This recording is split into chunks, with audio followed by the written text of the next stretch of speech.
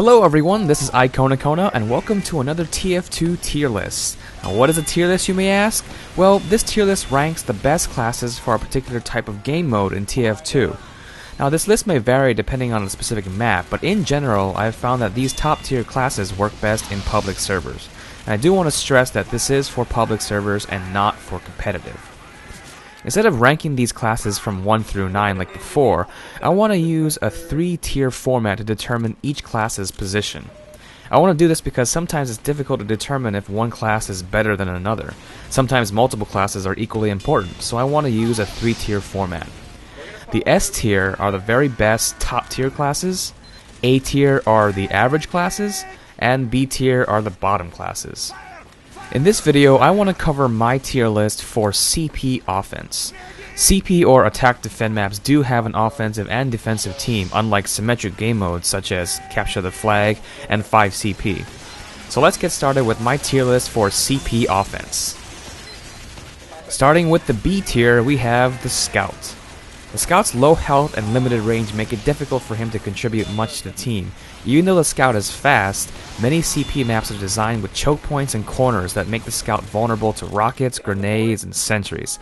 If you're going to play as Scout, I would suggest playing a sneaky style or playing as a distraction. Now Scouts count as ×2 on the point, so he can be used for very fast caps and even back caps. Unfortunately, back caps are much more difficult to pull off on linear maps with choke points, so this strategy mainly works on maps like CP Steel, where there are multiple routes to the back points. As an alternative, you can use the Bonk Atomic Punch to gain some invulnerability and run right into the enemy territory as a distraction. This works well for distracting a sentry or getting the enemy's attention. With the enemy trying to chase you down, the rest of your team can surprise them with an uber push. If your bonk runs out while you're deep behind enemy lines, be prepared to die since the Scout has pretty low life. Next in the B tier is the Sniper. Now, everyone loves to stay back and go for headshots all day, but I am a firm believer in having a solid front line. Without a front line to snipe behind, the Sniper will get outgunned and rushed down every time. A Sniper's main job is to counter snipe and save their team's medic or heavy from getting picked off. Now once you counter snipe, there isn't many other classes to aim for other than the enemy medic or heavy. You can do some, quote, chip damage by getting some body shots on the enemy soldiers and demos, but most of the time you want to go for the important classes on the defensive team. Now one of the classes you probably cannot snipe is going to be the Engineer. The defensive team most likely has an Engie or two, and most Engies know not to build their sentries out in the open. They'll most likely build their stuff in a building or around a corner, making headshots on the Engineer almost impossible. But even if you have a shot on the sentry gun, the Engineer is most likely right next to it, ready to repair it. So by the time you get a second shot off, the sentry gun is already back to full health. So it's better to leave the sentry gun and that kind of stuff to the power classes. The third class in the B tier is the Spy. The Spy, being kind of a solo class, doesn't help the team much unless you are very coordinated with your team. Now Spy on offense is generally difficult because the enemy is kind of turtled near the point. They'll most likely have some engineers with sentries, some pyro spy checking, or they'll just be holding back and building some uber. Now, if the defensive team is just waiting, they're going to hear and see you decloak, or worse yet, bump into you. And once you're called out, there's very little hope to survive because you're going to be completely surrounded and outnumbered. You're probably thinking, well, how can they hear me decloak? Well, even the standard Invisawatch has a very soft decloak sound. And if the enemy is not busy shooting and making a lot of noise, the only other thing they're going to be listening to is the ambient noise, so a decloaking Spy is going to stand out. The best time to attack as a Spy is right before and during a push, so you can go in and sap sentries so your team has an easier time approaching the point, and you can get some backstab to cause some confusion. This will give the rest of your team an opportunity to get some kills and cap the point. Now moving up a tier to the mid or A tier, we have the Pyro. In an ideal world, the Pyro will spy check near the medic so that he can safely build uber, but let's face it, when was the last time you saw a Pyro only spy check? Most Pyros like to get in there and start charging in with W plus M1. A Pyro going in alone is most likely going to get killed before he can do some real damage, so that's why going in with an uber medic is a better option. Nothing causes more chaos for the defense than an Ubered Pyro just charging right in there.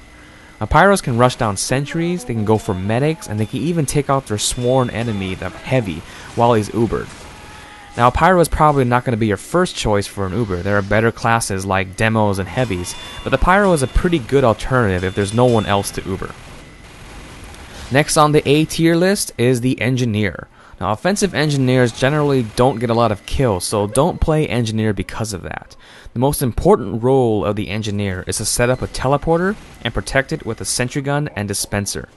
The last point on CP maps is usually the most difficult to capture, and you can bet the defensive team is dug in behind their sentries. The only way to take the point is to overwhelm them with a team push. Now, if your team can get some key kills like taking out a sentry, you only have less than a minute to try and take the point before that engineer respawns and rebuilds his stuff. If there's no teleporter set up for your team, you're going to be spending most of that time just trying to run across the map, which gives the enemy time to respawn and regroup. I wouldn't recommend starting out as an engineer when the map starts because there isn't much you can do on that very first point, but once your team captures that first point, the engineer becomes much more important and much more effective because of the teleporter. The final class in the A tier is the Soldier. Now, there's not much to say about the Soldier. I mean, he's a pretty generic class with the ability to rocket jump, so you can gain some height advantage, but most of the time you want to be pushing with your team and just kind of spamming rockets with a Soldier. A specialized soldier with a direct hit can go for sentries at long range, or with the help from an Uber, can actually charge sentries head on.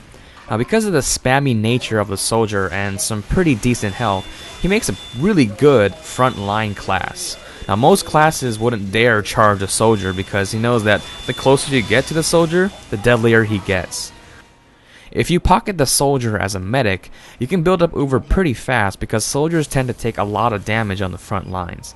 Since the soldier can rocket jump and is a little faster than the heavy, you can always pull back and save that Uber if you ever feel unsafe. Now we have reached the top, or S tier, starting with the Demoman. The best way to describe the Demoman is one word: Sentry Killer. Actually that's two words, but you get the point, right? Demoman's damage output and range makes him the ideal class to take out enemy sentries. Sticky grenades are probably the most effective because a bunch of them can be laid out near the sentry, and all of them can be detonated at once, dealing a huge amount of damage instantly. Not only will this take out the sentry gun, but there's a pretty good chance that it'll kill the engineer and dispenser, which gives your team the advantage. Now, one little tip when you're going in as an Uber demo: don't jump. Normally jumping is a good thing because it makes you harder to hit, but there really is no point in jumping if you're Ubered because you're invincible. If you jump, you risk being blown back by the sentry gun's bullets, which will make the Uber push a little harder. If you don't have an Uber, there are still some options for taking out sentries. You can hold down and charge your sticky launcher for greater range, or, what I like to do, you can use your pipes.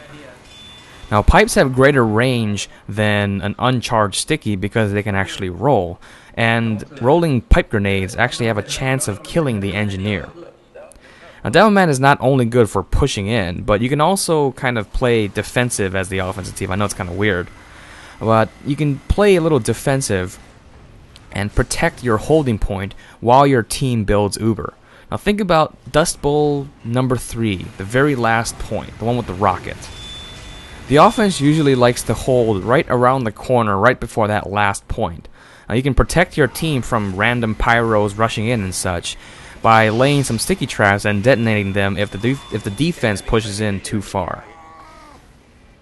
Next in the S tier is the Heavy. I've said this before and I'll say it again: your team needs a tank. The Heavy can dish out damage and take a lot of damage, which makes him very important to the team.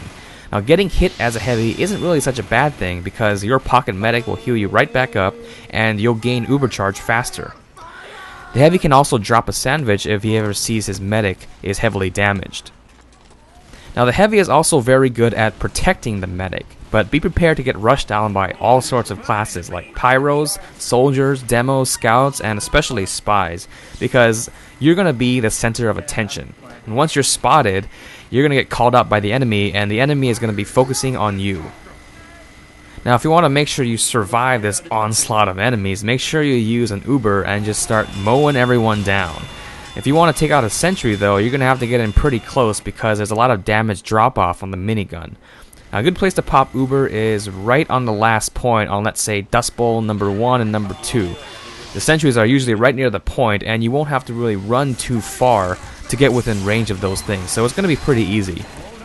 Now, the last point on, let's say, Dust Bowl number 3, the one with the rocket, is going to be a little more difficult, so you probably won't want to use a heavy for that Uber push, just because you're going to spend most of your time running, and you're probably going to waste most of it.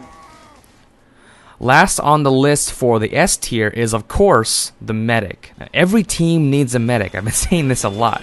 Medics win games, yet I still see a lot of teams go medicless and lose. Uber is probably going to be your first choice of medic guns, and if you have a second medic, which you should have a second medic, Uber or crits might work. Now, my general rule of thumb is that for every 5 regular classes, you should have a medic. So on a 12v12 pub server, you should have at least 2 medics. Now, obviously, you want to try and stay alive as long as possible, which means you might need to ditch your teammate if he's overextending too far into enemy territory.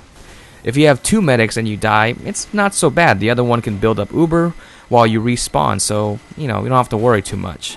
But if you are the only medic and you die, that really hurts your team because you have to wait a really long time to build up Uber from scratch. Because you're such an important class, be prepared to dodge incoming spies. Now, spies will most likely go for you first, and if they miss, or they feel unsafe to stab you like you turn around and stuff, then they'll probably go for the person that you're healing. Now, since you're not the one that's doing all the shooting, you should be looking around in all directions, including behind you, so that you can call out enemy positions. You should be alerting your team if there's a spy or scout on you, tell them about enemy sentry positions, and call out how much Uber percent that you have. And if you do all of these things, you're going to be really helping out your team. Now, I consider the medic as sort of the team leader if there ever was one in pub servers. So it's your job to be healing people and telling people when to push or alerting people where the enemies are because you're the one with the Uber. And also, don't forget to overheal your teammates right before a push. It really helps. So that is my tier list for CP offense, and I will be doing another tier list for CP defense. Now please leave a comment and let me know what you think. Do you agree or disagree? And tell me what you think about this new 3-tier format rather than just ranking them 1 through 9. So I hope you enjoyed the video. Thanks for watching and have a nice day.